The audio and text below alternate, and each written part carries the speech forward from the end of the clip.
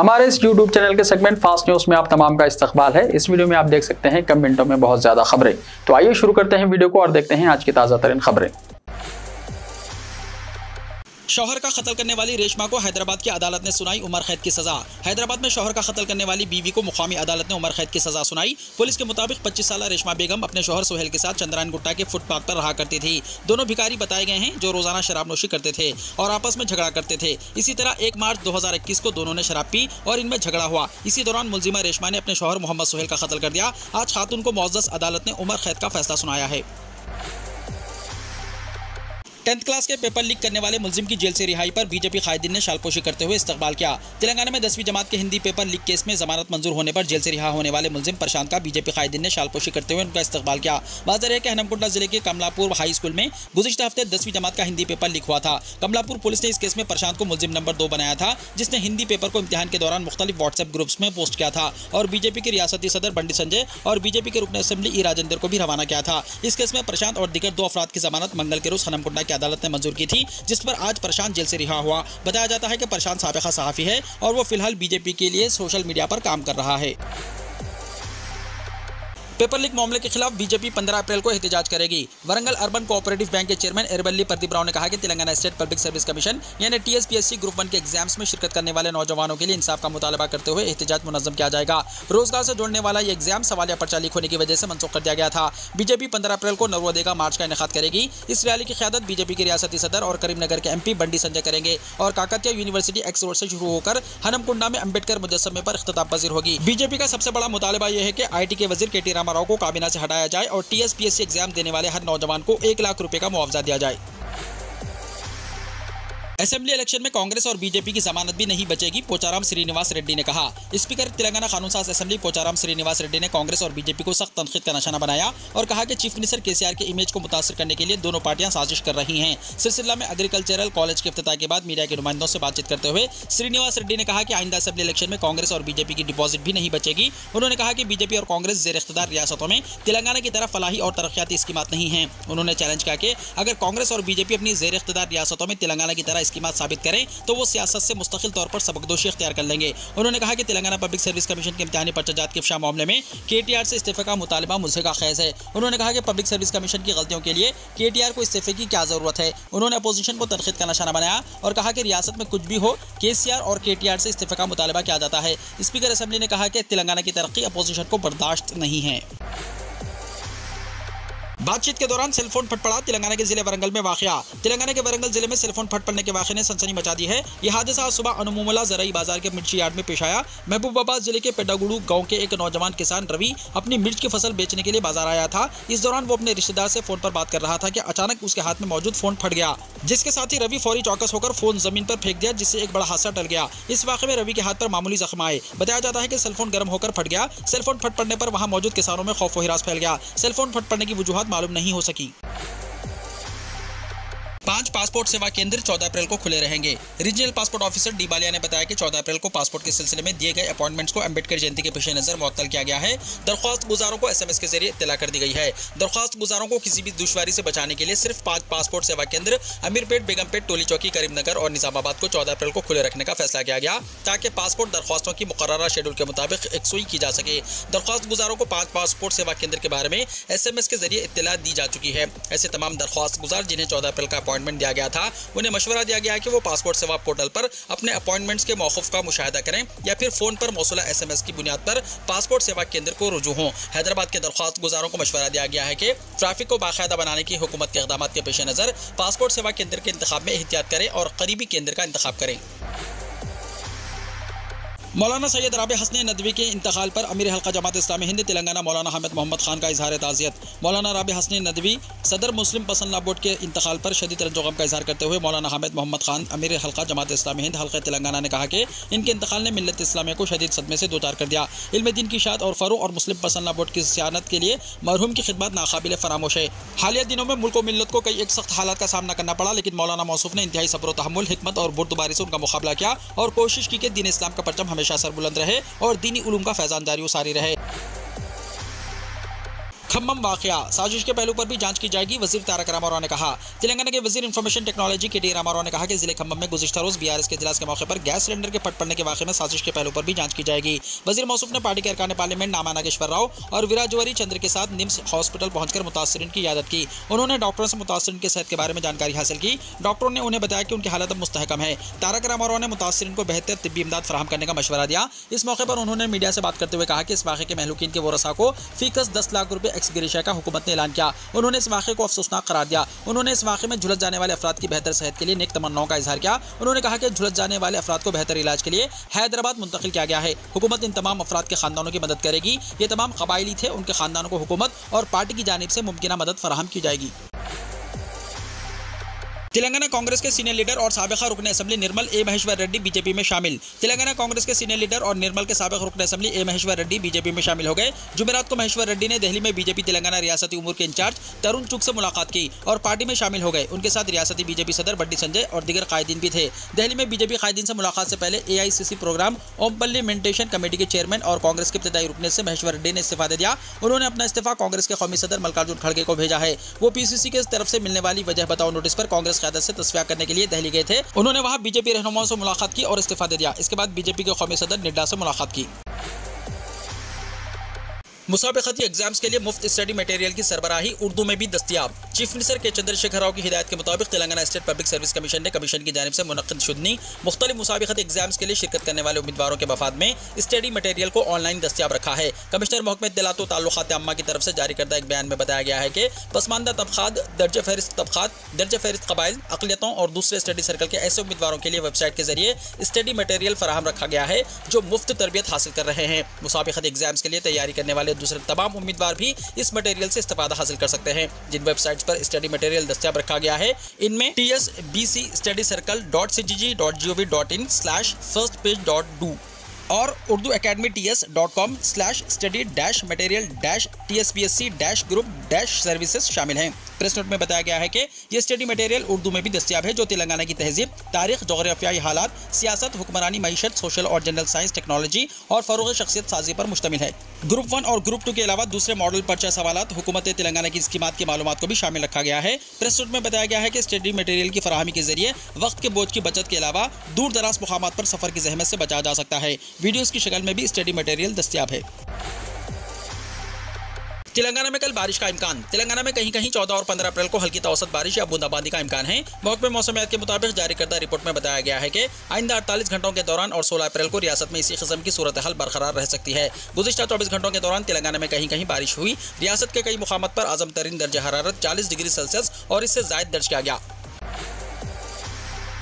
रमज़ानुल मुबारक में इतरियात के फरोख्त में इजाफा। खुशबू का इस्तेमाल सदियों से किया जा रहा है जो इंसानी दिमाग को सुकून पहुंचाने के साथ साथ रूहानी आसूदगी की मज़हर होती है। शहर हैदराबाद में इतरियात की फरोख्त कई सदियों से की जा रही है और यह शहर रिवायती अंदाज के साथ साथ अनोखे अंदाज की अपनी इतरियात और खुशबूयात के लिए भी जाना जाता है। यहाँ कई दुकानात पर इतरियात की फरोख्त होती है। कहते हैं कि अच्छी खुशबू जब कपड़ों में रच बच जाती है तो वो जहनी सुकून भी देती है और उसे लगाने वाले के लिए एक अनोखा एहसास भी पैदा करती है। शहर हैदराबाद में माह मुक़द्दस रमज़ानुल मुबारक की मुनासिबत से इतरियात की फरोख्त में इजाफा हो गया है। यहाँ फूलों, संदल की लकड़ी के तेल से कशीदा किए हुए इतर मशहूर हैं जो रमज़ानुल मुबारक में लोग पसंद कर रहे हैं और इन इतरियात के इस्तेमाल में इजाफा हुआ है। खासतौर पर शहर हैदराबाद के बाजारों के साथ साथ मसाजिद के करीब भी इतर की दुकानात लगाई गई हैं जो यहाँ से गुजरने वालों को अपनी जानिब राग़िब कर रही हैं। मसाजिद आने वाले मुसल्ली इन दुकानों से इतरियात को खरीद कर अपने कपड़ों को लगा रहे हैं। साथ ही उनकी खुसूसियात के बारे में भी मालूमात हासिल की जा रही है। दीगर बड़ी दुकानात पर मुश्क, अंबर, मजमुआ और दीगर अक़साम की इतरियात की फरोख्त में भी इजाफा हुआ है।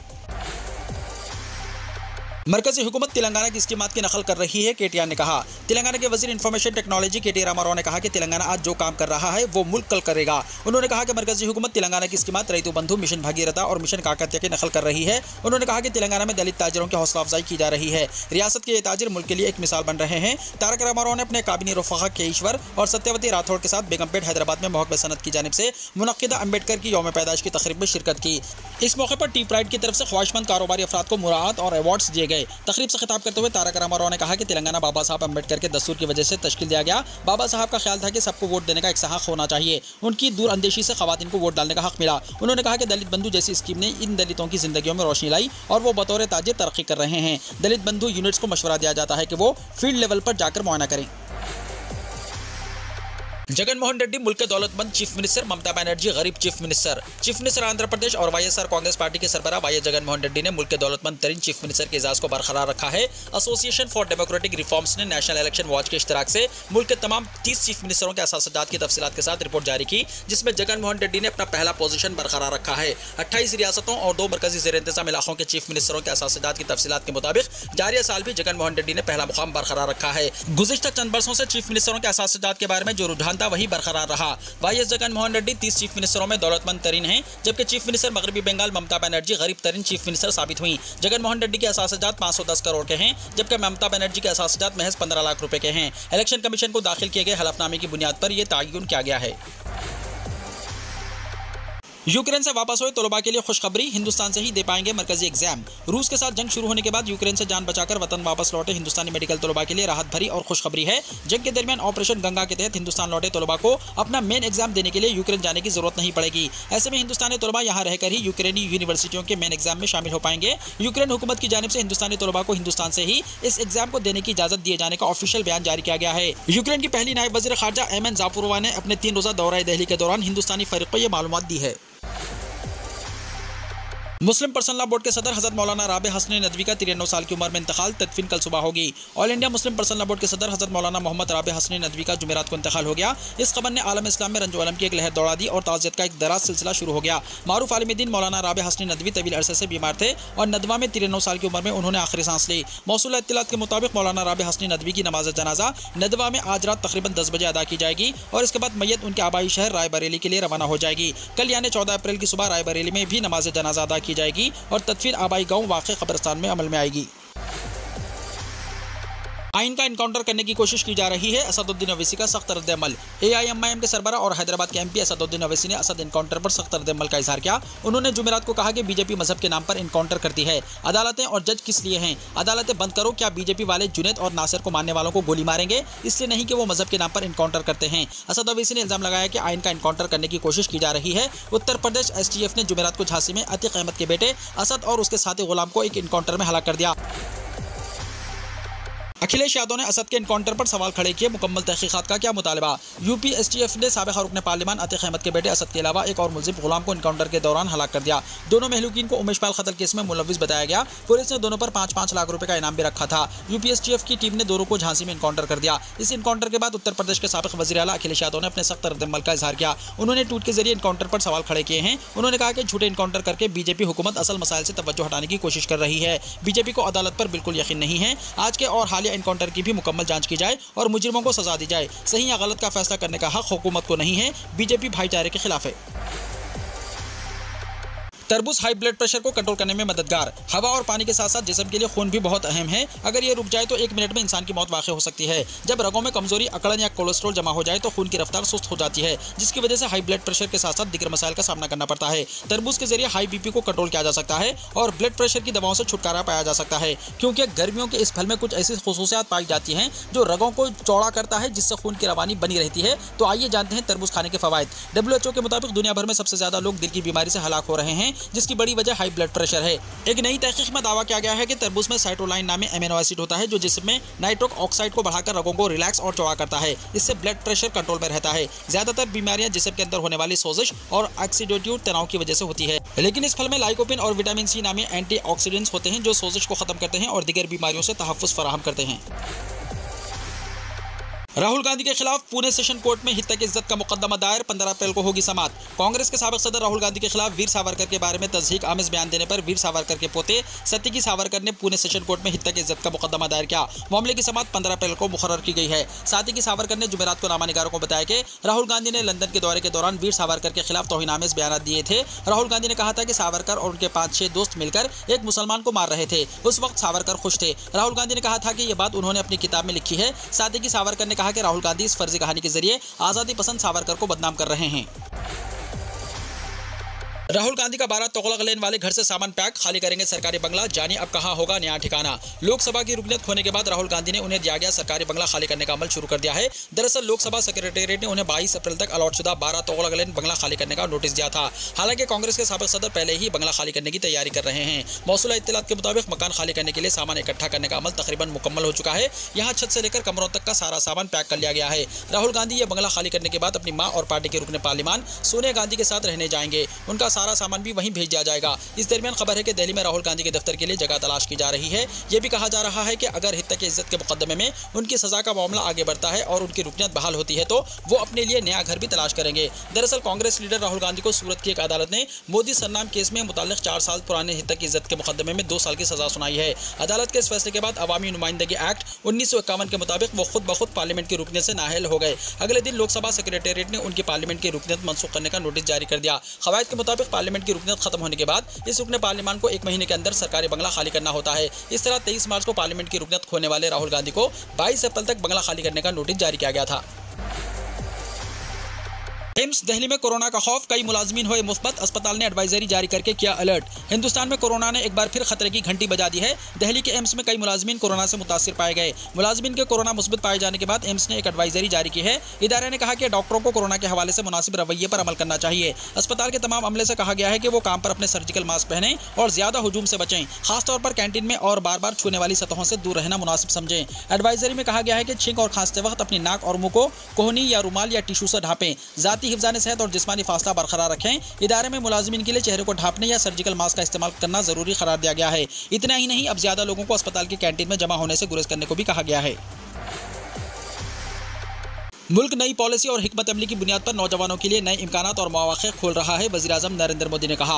वज़ीर-ए-आज़म नरेंद्र मोदी ने जुमेरात को रोजगार मेले के तहत 71,000 नौजवानों को तकर्रुरी लेटर यानी जॉब लेटर सौंपे हैं। इस मौके पर मुल्क भर में तकरीबात का एहतमाम किया गया। वीडियो कॉन्फ्रेंसिंग के जरिए इन तकरीबात से खिताब करते हुए वज़ीर-ए-आज़म ने कहा कि आज मुल्क एक नई पॉलिसी और हिकमत अमली के साथ चल रहा है, जिससे मुल्क में नए इम्कानात और मौक़े के दरवाजे खुल गए हैं। काबिल ज़िक्र है कि मरकज़ी हुकूमत ने इस साल 10 लाख नौजवानों को नौकरियां फराहम करने का हदफ रखा है। सरकारी मुलाजिमतों के लिए मुंतखब होने वालों को मुबारकबाद देते हुए वज़ीर-ए-आज़म ने कहा कि पूरी दुनिया इस कोविड-19 के वबाई अमराज की वजह से कसाद बाजारी का शिकार है। इस सब के दरमियान हिंदुस्तान तेजी से तरक्की करती हुई मईशत है और दुनिया हिंदुस्तान को एक रोशन मुकाम के तौर पर देख रही है। वज़ीर-ए-आज़म नरेंद्र मोदी ने अपने खिताब में साल 2014 के बाद हुकूमत की तरफ से उठाए गए इक़दामात से मुख्तलिफ शोबों में तब्दीलियों और इक़दामात से पैदा होने वाले रोजगार और खुद रोजगार के नए मौक़े के बारे में बताया। सऊदी के कई इलाकों में जुमे से मंगल तक बारिश की पेशखासी। मुमलिकत के दारुल हुकूमत रियाज में चहारशंबे की रात देर गई गरज चमक के साथ शदीद बारिश रही। नशबी इलाकों में पानी जमा होने से ट्रैफिक निजाम में खलल पैदा हो गया। मुक़द्दस शहर जो इन दिनों ज़ायरीन से पुर हैं, वो भी बारिश की जद में हैं। इलाहाबाद सऊदी अरब में मौसमियात के कौमी मरकज़ ने कहा कि मुमलिकत के कई इलाके जुमे से मंगल तक बारिश की जद में रहेंगे। अखबार 24 और अल अरबिया नेट के मुताबिक कौमी मरकज़ का कहना है कि जुमे से मंगल तक असीर, बाहा, जाजान, मक्का मुकर्रमा, नजरान, मदीना मुनव्वरा, क़सीम, रियाज, हाइल और मशरक़ी रीजनों में गरज चमक के साथ बारिश और जालाबारी का इम्कान है। गर्द आलूद हवाएं चलेंगी। मौसमियात के स्कॉलर अब्दुल अजीज अल हसीनी ने कहा कि आइंदा 36 घंटों के दौरान पूरे मुल्क में बारिश का माहौल है। इसके अलावा माहिरीन मौसमियात का कहना है कि दुनिया के दीगर इलाकों से आने वाली मौसमियाती तब्दीलियां हज़ारों बरस से खुश्क रेगिस्तान को सब्ज़ारों में तब्दील कर देंगी। सऊदी के कई इलाकों में जुमे से मंगल तक बारिश की पेशखासी। मुमलिकत के दारुल हुकूमत रियाज में चहारशंबे की रात देर गई गरज चमक के साथ शदीद बारिश रही। नशबी इलाकों में पानी जमा होने से ट्रैफिक निजाम में खलल पैदा हो गया। मुक़द्दस शहर जो इन दिनों ज़ायरीन से पुर हैं, वो भी बारिश की जद में हैं। इलाहाबाद सऊदी अरब में मौसमियात के कौमी मरकज़ ने कहा कि मुमलिकत के कई इलाके जुमे से मंगल तक बारिश की जद में रहेंगे।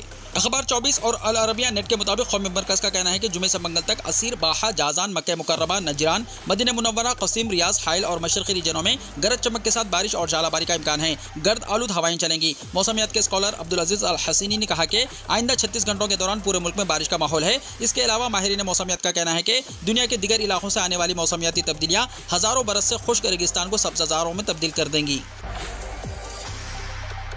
वीडियो को लाइक शेयर कीजिए और हमारे इस YouTube चैनल को सब्सक्राइब करते हुए इसके बेल आइकॉन को प्रेस कर लीजिए ताकि ऐसी ही ताज़ा तरीन खबरों का नोटिफिकेशन सबसे पहले आपको मिलता रहे।